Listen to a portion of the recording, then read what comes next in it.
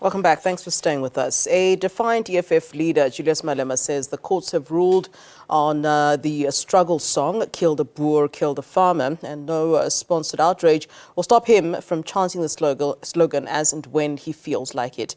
A group of unhappy Afrikaner men who arrived uninvited at the party's headquarters were met with resistance from Secretary-General Marshall Dlamini and other members of the EFF.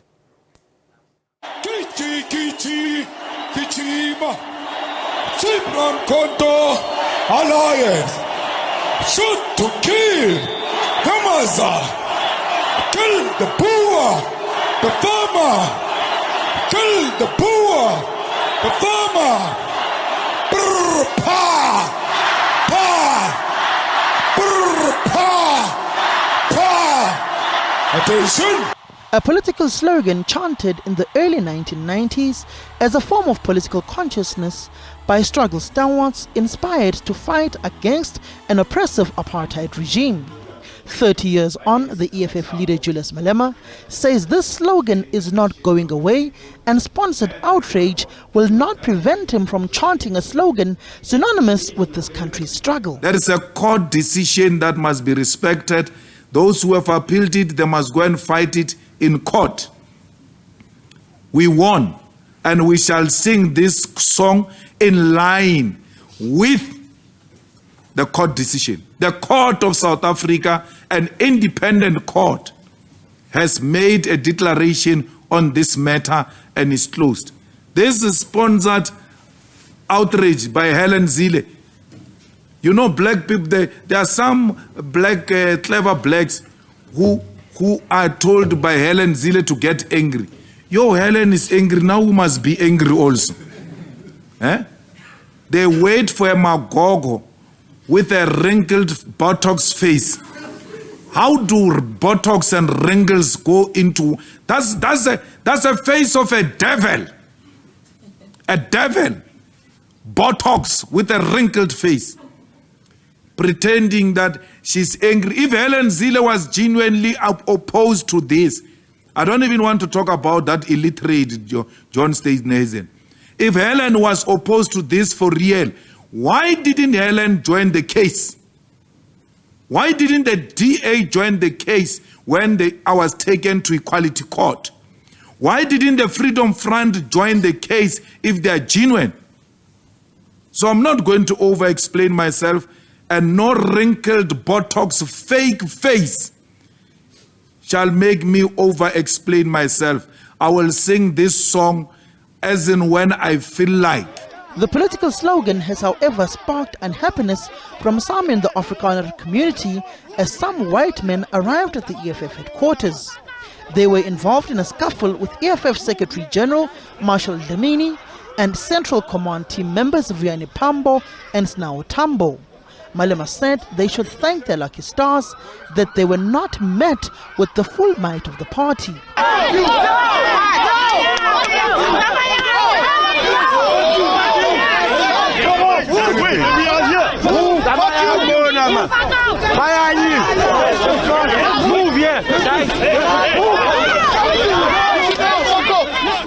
Yeah, it's not a place where we're scared of a white man here. Yeah. Is the only liberated zone in South Africa. Yeah. No white man comes taking chances here. Those ones who came earlier, they must thank their God. They must try it again. They must thank their God. It's not a playful area here. You can argue your politics wherever you do. Don't come here. We never go to anyone's offices. We never interfere with anyone's programs. But we are not going to be undermined. We've got everything we need to protect this office.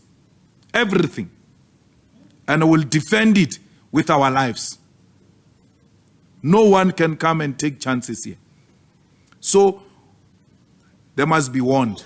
Malema says the sponsored outrage is meant to further divide the nation, and if the Kill the Farmer, Kill the Boer slogan was meant to spark genocide, it should have happened in the 90s. You know, Samkelo, this song, Kill the Boer, if it had any negative connotation and incitement, it should have done it in the 90s. It had all the reasons to do it in the 90s. It still hasn't done it. So why would it do it now? Because I really don't know what you're talking about, saying now the environment is so, let's say, sensitive to a point that this might incite. Now, when it couldn't do it, when de Klerk was killing our people in Buipatong, that's where this song should have incited violence. It still didn't. So, to say to us, don't sing this song because it belongs to the 90s, and you are asking me to forget my history, I will not do that. I will not do that. This song is part of my history. It's who I come from. I use this song to remind myself of what we have gone through. And we've emphatically and repeatedly said, the Boers and the farmers do not refer to individuals, but refer to a system of oppression. The Democratic Alliance has decided to open a case against Malema at the United Nations Human Rights Council. Whilst the Freedom Front Plus has opened a case at a police station. Samkele Masego, SABC News, Johannesburg. For more on this, we are now joined by Dr Ebrahim Harvey, an independent political writer and analyst, to discuss this a bit more further. Dr Ebrahim, thank you so much for joining us here on the late edition. Of course, you have seen that clip in which we've just played for our SABC viewers. And let's start off here. We saw a group of Afrikaner men dressed in their camouflage and heading to the EFF quarters, demanding to be part of that EFF media briefing. You know, one would say that is clear provocation there from that group. Yeah, I think it is somewhat, provocative, But, Malema's also not helping things, with this, talk about that song. I mean, the courts have already, had a verdict on this thing. I don't know why it's been made such a big thing of the court ruled, and it's debatable, that singing that song was not tantamount to incitement, violence against white farmers, etc. So, but it's unfortunate. I think to some degree provocative, wanting to march onto the offices, but. You must also remember Malema's riding a high wave of, excitement. This big Razmat has a major impression, that they made with at the FNB Stadium, I think he's still riding that wave of enthusiasm, euphoria. But Malema, I think, misunderstands this euphoria emerging out of that FNB. I think has made them more determined, and you can hear the talk about being in government next year, etc. No, I think they need to be realistic, Obviously, we know that Malema himself has ambitions, and you're going to have, for the first time, the ANC losing, I think. It will lose the election in 2000, so you'll have a national coalition government of the ANC, EFF, and the DA. I think you're going to have a situation, especially now with this huge impression Malema and the EFF made at the FNB Stadium. You're going to have an attempt by the ANC to get Malema into the cabinet, to placate him, I think, somewhat, Well, there has been attempts, in certain municipalities, the EFF, ANC has been working together, but if you listen to the Zikalala, now re-elected to the ANC Veterans League, he's been very clear about he doesn't encourage the relationship between the ANC at all. He says it's unprincipled, so we've got to also see how that's going to affect the NEC of the ANC when it comes to debate it, because Zikalala doesn't want to hear anything about the EFF. Yeah. And you see Malema responded to him in today's, he played him down and he's like a nobody and stuff like this.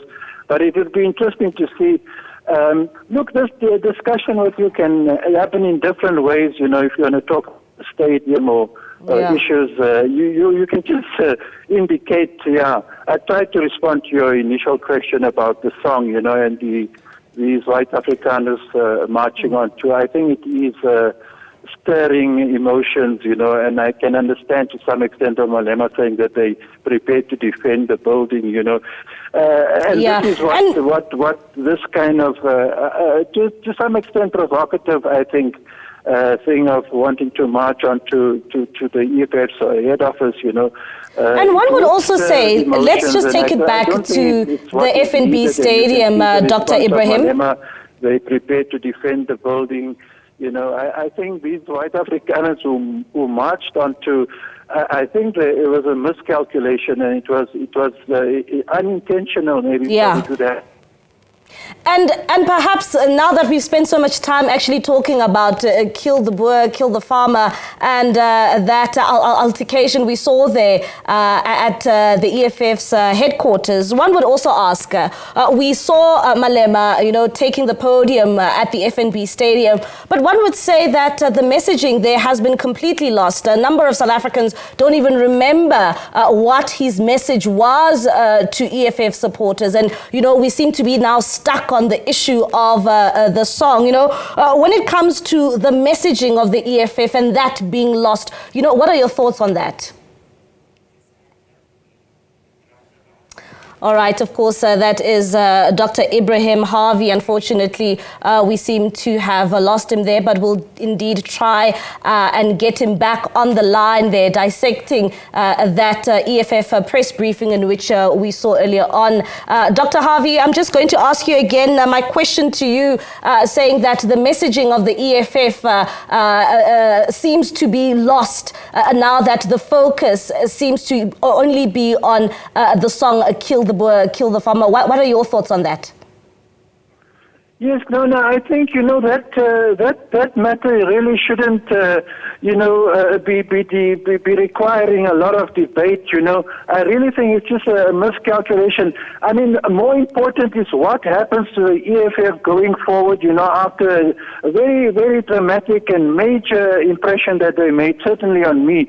And I think many more people with what happened at the FNB Stadium. I think it's unprecedented that any opposition party has been able to do what Malema and the EFF pulled off, at the FNB. And the implications that would have for the country and going forward into 2024 election, and especially how this will impact on the relationship between the ANC and the EFF. Those are the important things, I mean, these whites marching onto the office and this kill the Boer. I mean, really, I don't think that is, for me, topical. That is a major, I think it's a bit of a distraction from the more important issues, and you can see the talk. But Malema is normally, even somewhat a bit arrogant at times, very confident guy and so on. But today, even more so, riding on the wave of this huge enthusiasm, and razzmatazz and the dramatic impressions they made with their, decade-old celebrations at FNB. And those are the kind of issues, that I would like to discuss than this Kill the Boer song. I think it's a major digression, from much more important issues about the EFF, especially after the FNB, a very major success that I think they scored there. Yeah, and Dr. Harvey, talking about the EFF going forward, of course, we are preparing for the 2024 elections. You've touched a bit on the issue around coalition politics, and we might see ourselves being in a coalition on a national platform. Now that they've had this grand 10-year anniversary, what does it say about the party going forward and the role that it will be playing in the future? Maybe will they, be able to grow in their numbers come next year in 2024? Yes, absolutely. Let me explain to you. I devoted a column, News 24, last week to the ESS celebrations and so on. What will happen? I'm quite certain about it. The base, the social base of the ANC, of the EFF is the black youth, and they've been stricken with unemployment crisis. It's a major crisis. I think a lot of the black youth are going to possibly, especially after this dramatic success at the FNB, throw their weight in with the EFF. I see the EFF, the results certainly taking them beyond the 10-11% that they scored the last time. That's the best that they've done. I think the EFF is going to go to 15, and at the very best, 15 to 20% of the vote. So the EFF is going to become even a bigger force to be reckoned with. I'm certain about that.